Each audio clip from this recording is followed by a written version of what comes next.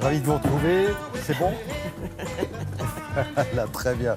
Bon, on va parler d'un sujet qui intéresse, semble-t-il, les industriels de la grande distribution. Alors ça, c'est une question qui intéresse également Samuel Etienne tout à l'heure. Donc il doit être en train de nous regarder. Les hommes et les femmes aiment-ils manger la même chose? Est-ce qu'ils sont attirés naturellement par des aliments différents? Ou est-ce que c'est la société qui nous influence les uns les autres? Entre nature et culture, où est la vérité en matière de nutrition entre hommes et femmes? En fait, on n'est pas du tout régi par les mêmes dictates. Les dictates de la minceur plutôt chez les femmes et les dictates plutôt de la force du muscle chez les hommes. Sur le plan alimentaire, donc, on est soumis à des dogmes et à certaines équations. Les protéines animales pour le muscle, pour le sport chez les hommes, et puis les petites salades, les légumineuses, les viandes blanches, les poissons pour les femmes. Ce sont des dogmes et des idées reçues, en fait, qui sont très préjudiciables à la santé. Il y avait une table ronde récemment qui a été organisée à ce sujet-là, et les protagonistes de la table ronde ont dit halte aux idées reçues. Il y avait notamment des sociologues, des nutritionnistes, des neurobiologistes. Nous avons rencontré deux d'entre eux, plutôt deux d'entre elles.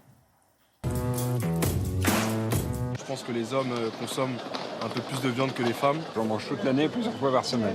Je suis plutôt salade. Les femmes, elles ont plus tendance à manger léger. Il faudrait surtout expliquer que s'il y a des différences dans les goûts et dans les pratiques alimentaires, elles ne sont pas innées.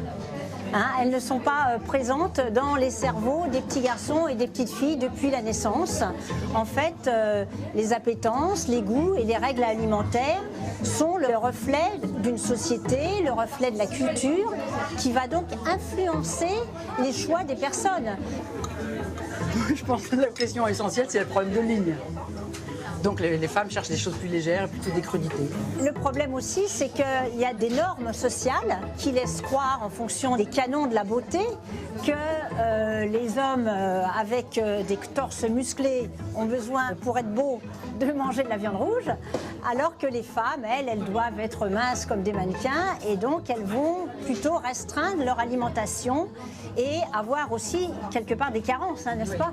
Oui, effectivement, et comme en plus elles ont les menstruations, dès l'adolescence, en fait, les femmes ont un besoin en fer, en vitamine A, B9 plus important que les hommes.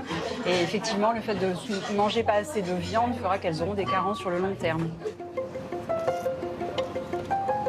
L'alimentation chez les femmes, s'il n'y a pas assez de produits animaux, en fait, risque de favoriser la carence en fer et donc l'anémie chez les adolescentes et les femmes en âge de procréer, et pendant la grossesse et également pendant l'allaitement. Il y a également des risques de carence en vitamine B9 et en vitamine B12.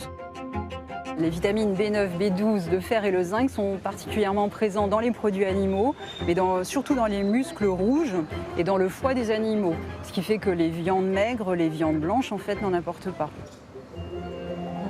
La viande rouge, vous en mangez? Ah non, plus du tout. Plus aucune viande depuis 2 ans. Parce que la souffrance animale, c'est vraiment quelque chose qui j'ai fini par m'y intéresser de plus en plus. Et puis quand on voit toutes les vidéos qui sortent des abattoirs, ça fait vraiment réfléchir. Et on voit que ce sont les nouvelles générations désormais qui vont donner le la en matière d'alimentation. Les 18-30 ans, c'est quoi? C'est la planète végane. On se soucie de la souffrance animale, on se soucie de la planète, et donc on va manger moins de protéines selon cette génération-là. Il va falloir se trouver d'autres sources de protéines comme les criquets, les sauterelles. Donc il y a toute une mutation alimentaire qui s'amorce dans les 10-15 ans à venir.